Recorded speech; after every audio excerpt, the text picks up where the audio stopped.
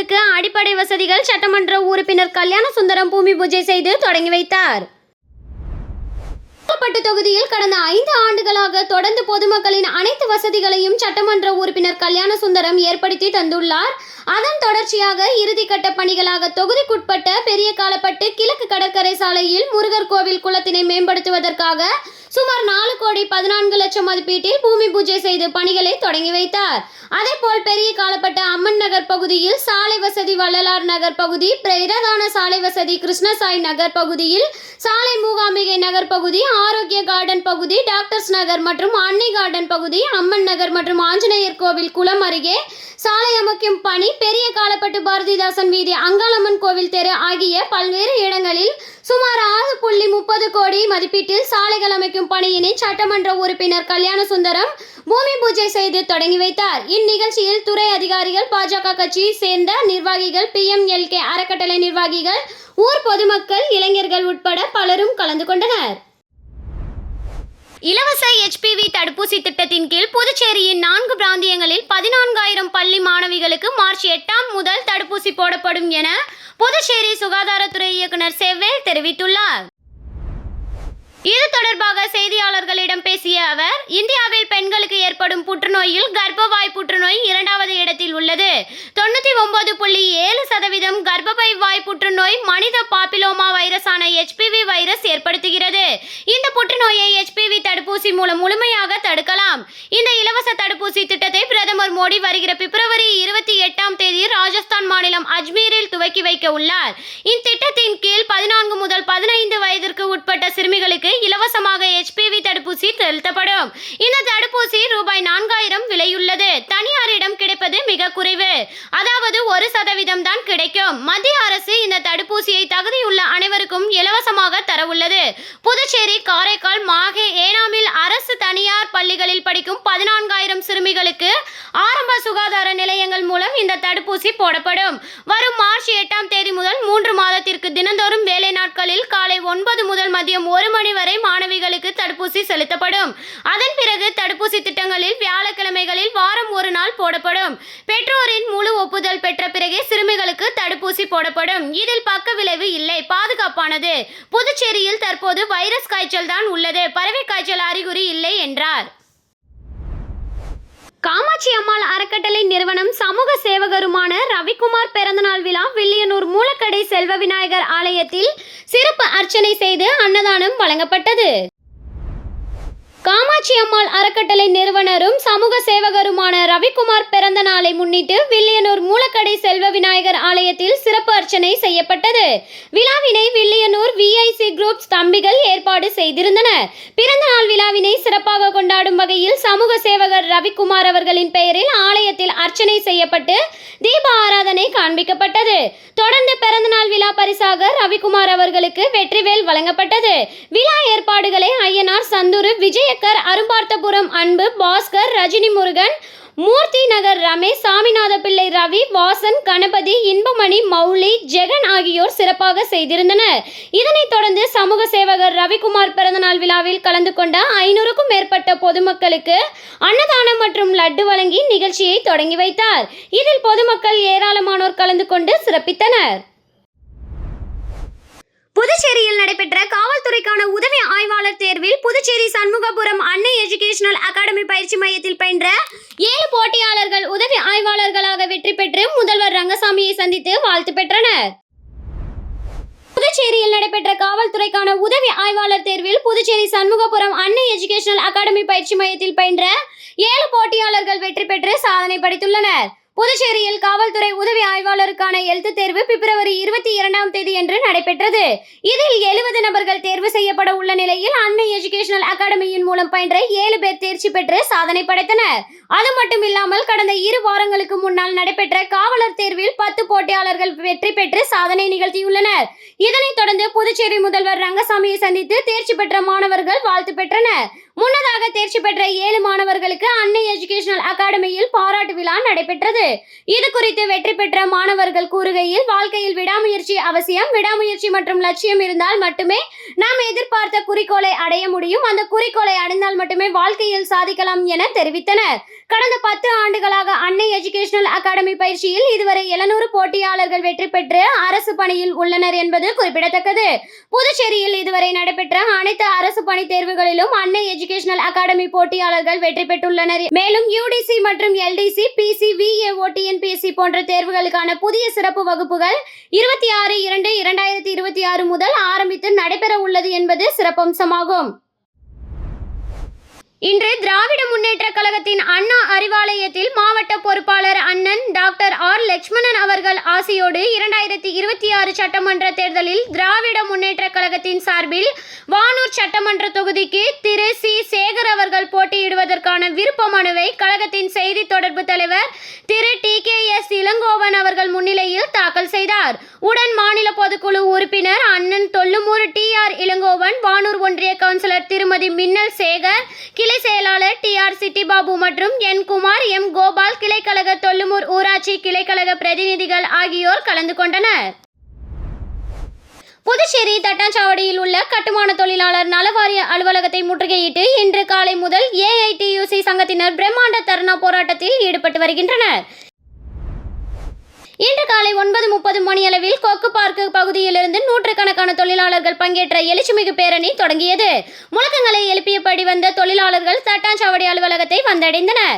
மத்திய மற்றும் மாநில அரசுகள் கட்டுமான தொழிலாளர் நல வாரியத்தை முடக்கக்கூடாது என்றும், நிறுத்தப்பட்ட தீபாவளி உதவித்தொகையை உடனடியாக வழங்க வேண்டும் என்பதும் இவர்களின் பிரதான கோரிக்கையாக உள்ளது. இந்த போராட்டத்திற்கு சங்க தலைவர் திரு N. விஸ்வநாதன் தலைமை தாங்கி நடத்தி வருகிறார். தற்போது நலவாரிய அலுவலகத்தின் முன் தொழிலாளர்கள் அமர்ந்து தர்ணாவில் ஈடுபட்டுள்ளனர்.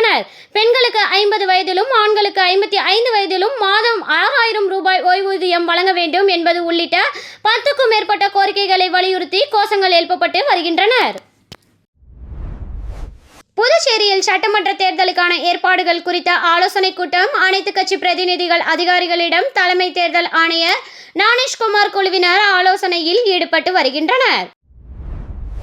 புதுச்சேரி மாநிலத்தில் சட்டமன்ற தேர்தல் நடைபெற உள்ளதால் தேர்தல் நடத்துவது தொடர்பான ஆலோசனைக் கூட்டம் புதுச்சேரியில் உள்ள தனியார் விடுதியில் இந்திய தலைமை தேர்தல் ஆணையர் ஞானேஷ்குமார் தலைமையிலான 7 பேர் கொண்ட குழுவினர் ஆலோசனையில் ஈடுபட்டு வருகின்றனர். இந்த கூட்டத்தில் அரசியல் கட்சிகளின் பிரதிநிதிகள், தலைமை செயலாளர், காவல்துறை இயக்குனர் ஜெனரல் மற்றும் புதுச்சேரி தேர்தல் துறை அதிகாரிகள் ஈடுபட்டுள்ளனர். தேர்தல் ஆலோசனை கூட்டத்தில் தலைமை தேர்தல் ஆணையர் ஞானேஷ்குமார், தேர்தல் ஆணையர் SS சந்து, விவேக் ஜோஷி, துணை தேர்தல் ஆணையர்கள் மணிஷ் கார்க், பவன்குமார் சர்மா, சஞ்சய் குமார் மற்றும் தேர்தல் ஆணையத்தின் இயக்குனர் ஜெனரல் ஆஷிஷ் கோயல் ஆகியோர் குழுவில் இடம்பெற்றுள்ளனர். இந்த கூட்டத்தில் ஒவ்வொரு கட்சியாக கட்சி நிர்வாகிகளை அழைத்து ஆலோசனை கேட்கப்பட்டு வருகிறது. புதுச்சேரியில் வெளியிடப்பட்ட இறுதி வாக்காளர் பட்டியலின்படி 9,44,211 வாக்காளர்கள் உள்ளனர். இதில் பெண் வாக்காளர்கள் 5,477,000, ஆண் வாக்காளர்கள் 4,43,595, மூன்றாம் பாலினத்தவர் 139 பேர் உள்ளனர் என்பது குறிப்பிடத்தக்கது.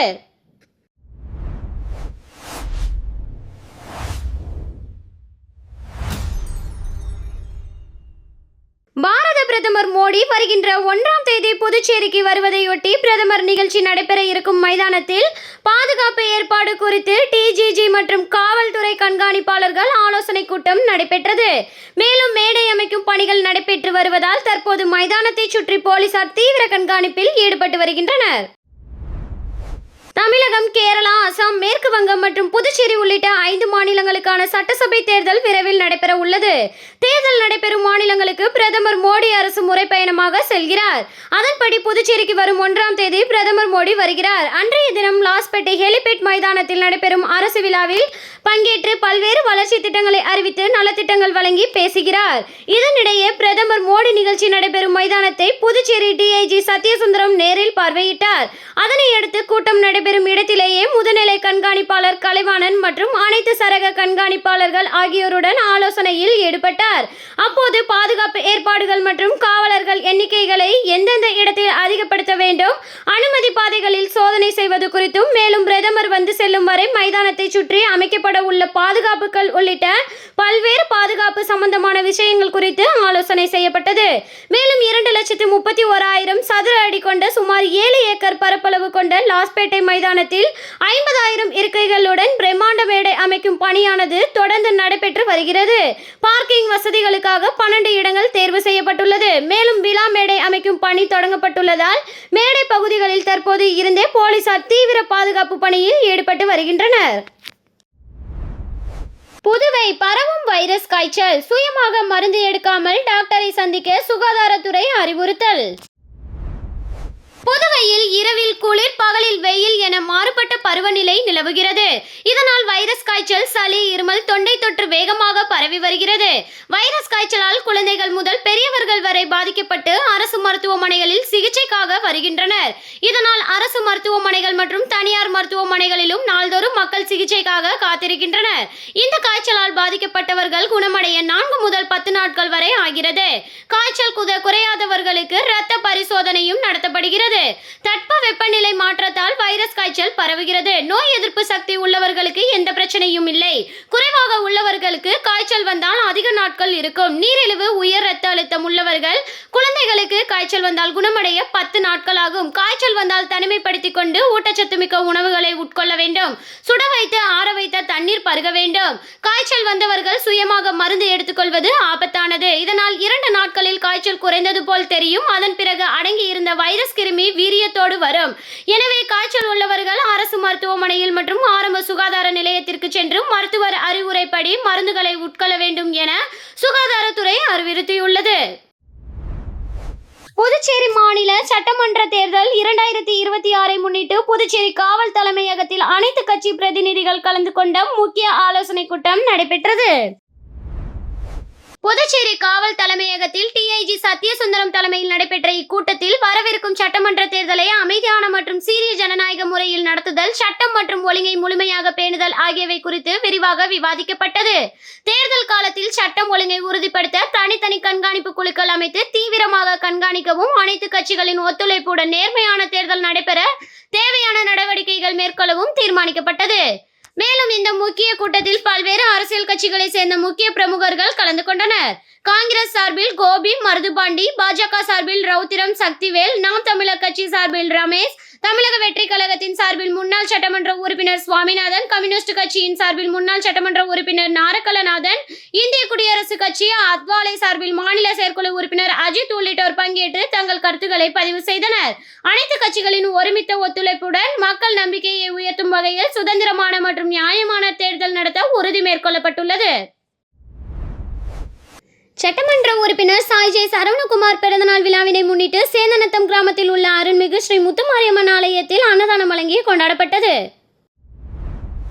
முன்னாள் குமைப்பொருள் வழங்கல் மற்றும் நுகர்வோர் விவகாரங்கள் துறை அமைச்சரும் தொகுதியின் சட்டமன்ற உறுப்பினருமான ஏ.கே. சாய்ஜே சரவணகுமார் பிறந்தநாள் விழாவினை முன்னிட்டு அவரது ஆதரவாளர்கள் பல்வேறு இடங்களில் நலத்திட்ட உதவிகள் மற்றும் அன்னதானம் வழங்கி கொண்டாடினர். அதன் ஒரு பகுதியாக சேந்தநத்தம் கிராமத்தில் சட்டமன்ற உறுப்பினர் சாய்ஜே சரவணகுமார் பிறந்த நாளை கொண்டாடுவதற்கான ஏற்பாடு செய்யப்பட்டு சேந்தநத்தம் அருள்மிகு ஸ்ரீ முத்துமாரியம்மன் ஆலயத்தில் சிறப்பு அபிஷேக ஆராதனைகள் நடைபெற்றது. பின்னர் ஆலயத்தில் சிறப்பு அபிஷேகம், தீபாராதனை காண்பிக்கப்பட்டு சட்டமன்ற உறுப்பினர் சாய்ஜே சரவணகுமார் பெயரில் சிறப்பு பூஜைகள் செய்யப்பட்டது. அதனைத் தொடர்ந்து அவரது பிறந்தநாளை கொண்டாடும் வகையில் தொகுதி ஒருங்கிணைப்பாளர் சாய்ஜே தியாகராஜனுக்கு பொன்னாடை அணிவித்து மரியாதை செலுத்தப்பட்டது. தொடர்ந்து பிறந்தநாள் விழாவினை முன்னிட்டு தொகுதி ஒருங்கிணைப்பாளர் தியாகராஜன் பொதுமக்களுக்கு அன்னதானம் வழங்கி நிகழ்ச்சியை தொடங்கி வைத்தார். நிகழ்ச்சிக்கான ஏற்பாட்டினை கோவில் நிர்வாகிகள் தலைவர் ராமலிங்கம், நிர்வாகிகள் முருகையன், ஆறுமுகம், தேவநாதன், சரவணன், அண்ணாமலை ஆகியோர் வெகு சிறப்பான முறையில் செய்திருந்தனர். இதேபோல் ராமநாதபுரம் பேட் பகுதியில் உள்ள மாரியம்மன் கோவில் தேவஸ்தானத்தில் பாஜக சார்பில் நலத்திட்ட உதவிகள் வழங்கும் நிகழ்ச்சி நடைபெற்றது. இதில் தொகுதி ஒருங்கிணைப்பாளர் சாய்ஜே தியாகராஜன் கலந்து கொண்டு விழாவிற்கு தலைமை தாங்கி பொதுமக்களுக்கு நலத்திட்ட உதவிகளாக இலவச புடவை, கைலி, வேட்டி, துண்டு வழங்கி தொடங்கி வைத்தார். தொடர்ந்து நிகழ்ச்சியில் கலந்து கொண்ட பொதுமக்களுக்கு அன்னதானம் வழங்கப்பட்டது. இந்நிகழ்ச்சியில் பாஜக நிர்வாகிகள் கிளை தலைவர் வள்ளல், பாலமுருகன், மதி கிருஷ்ணமூர்த்தி, அள்ளிமுத்து, ஏழுமலை, காசிநாதன் திரளானோர் கலந்து கொண்டு விழாவினை சிறப்பித்தனர். ஆண்டி பைக் டெக்னீஷியன் அசோசியேஷன் சார்பில் 3ஆம் ஆண்டு விழா கீர்த்தி மகாலில் நடைபெற்றது. நிகழ்ச்சிக்கு காவல் ஆய்வாளர்கள் பாபுஜி மற்றும் ஆறுமுகம் நிகழ்ச்சியை குத்துவிளக்கேற்றி நிகழ்ச்சியை துவக்கி வைத்தனர்.